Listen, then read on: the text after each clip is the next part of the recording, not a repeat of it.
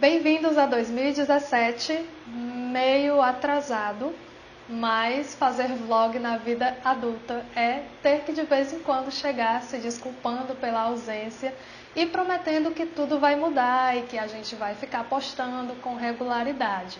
Sabe como é, né? Ocupações, vida corrida. No meu caso, entrei numa segunda faculdade, mudei de apartamento e graças a Deus foi só coisa boa que aconteceu nesse começo de ano. E em pleno abril eu coloco no ar o primeiro vídeo de 2017 falando de um livro que foi a minha melhor leitura de 2016. Eu sabia que ia gostar dele, só não sabia que ia gostar tanto.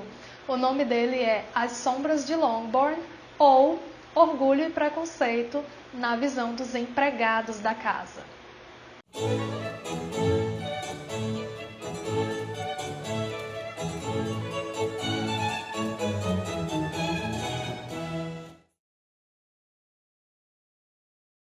Certa vez eu estava passeando pelas prateleiras da Saraiva quando vi esse livro pela primeira vez. Ele foi escrito em 2013 pela norte-americana Jo Baker. E quando eu vi, gostei muito dessa ideia de contar a história dos personagens que são invisíveis na narrativa de Orgulho e Preconceito.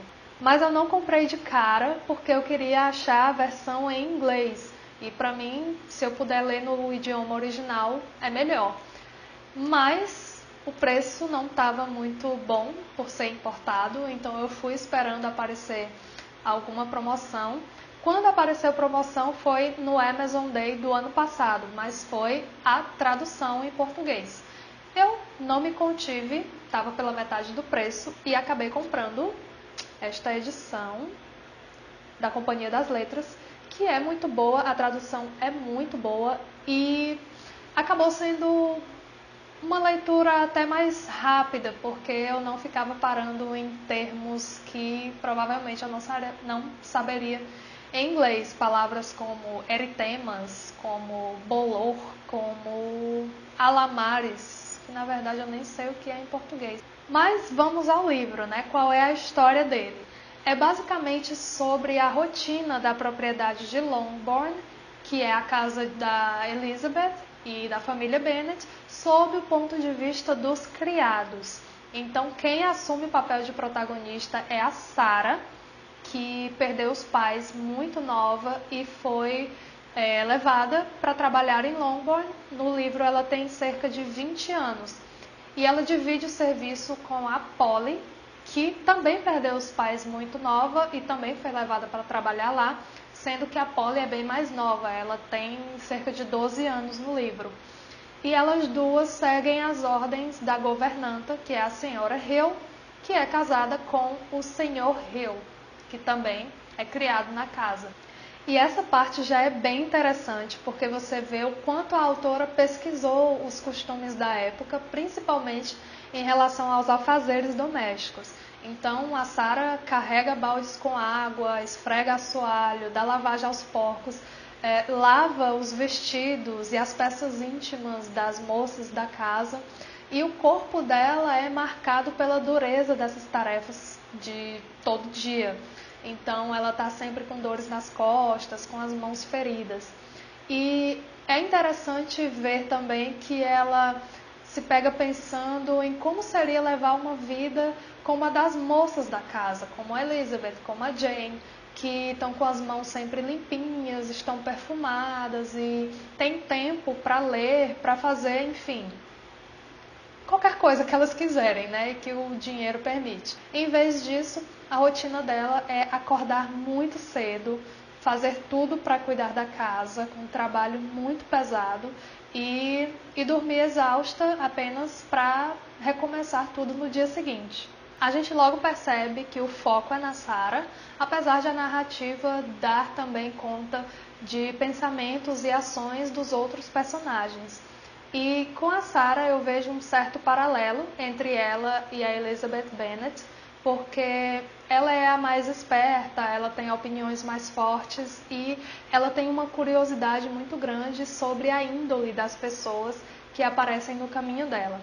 E o alvo principal dessa curiosidade dela no livro é o James Smith, que é o novo criado que chega na casa e é contratado como lacaio. Ela simplesmente desconfia do fato de que ele chegou do nada pedindo emprego e conseguiu.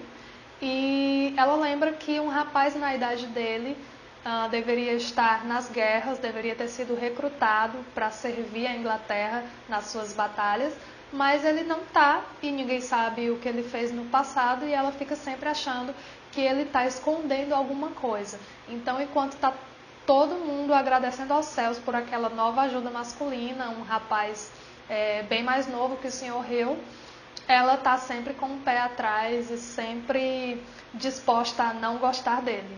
Esse é um dos suspenses do livro, porque em boa parte dele a gente não sabe o que aconteceu no passado do James.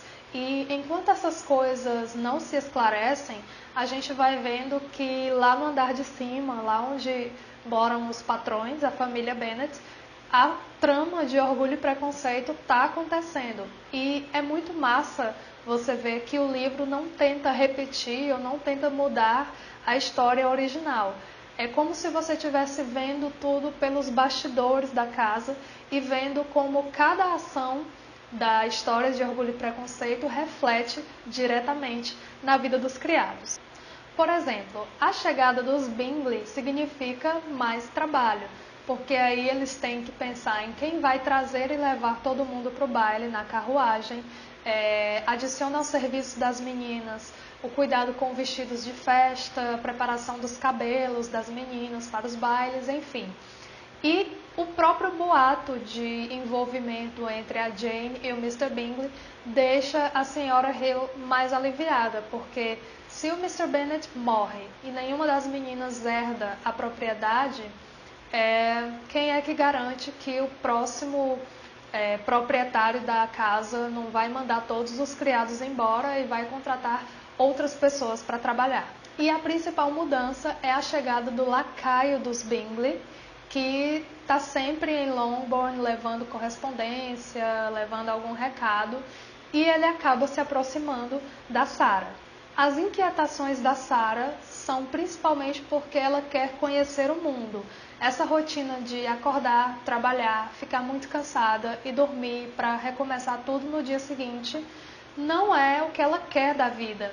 Ela sonha em conhecer outras cidades, em fazer o próprio caminho, ter aventuras próprias, em vez de apenas servir aos outros e viver em função de outras pessoas. A realidade dos criados é bem diferente da dos patrões, tanto que a narrativa desse livro é bem mais crua, mais próxima da realidade, das contradições da época, que a Jane Austen tratou de forma mais sutil e com um pouco mais de distanciamento. Aqui estão mais explícitos os temas da guerra, da miséria, do sexo e também dos relacionamentos fora do casamento. Eu só não posso dar muito detalhe, porque aí eu estrago as surpresas do livro. Eu posso apenas dizer que ele é maravilhoso e muito criativo. Eu só vou pontuar algumas coisas. Primeiro, que faz muito sentido a forma como o Mr. Wickham foi trazido para a história, porque é claro que ele, sendo filho de criado, ia se achar no direito de circular pela cozinha da casa, tentar criar caso por lá também, tentar inclusive jogar um charme para cima da Polly, que é mais novinha e mais inocente que a Sarah. E é claro que, assim como na trama de Orgulho e Preconceito, aqui nas Sombras de Longbourn ele consegue também fazer um estrago e atrapalhar a vida das pessoas. Mr. Wickham sendo Mr. Wickham. E a segunda coisa é que esse livro vai além do fim de Orgulho e Preconceito, ou seja, a gente vê um pouco da vida da Elizabeth depois de casada com o Mr. Darcy. Eu já li uma resenha em que a pessoa que leu ficou super desapontada com as atitudes do Mr. Darcy em relação a Sarah. E eu não fiquei com essa impressão. Eu achei que essa parte do livro evidencia aquilo que eu já falei antes, de que a mentalidade dos patrões é completamente diferente da mentalidade dos criados. E nesse caso, o Mr. Darcy não sabia das motivações da Sarah para fazer o que ela ia fazer.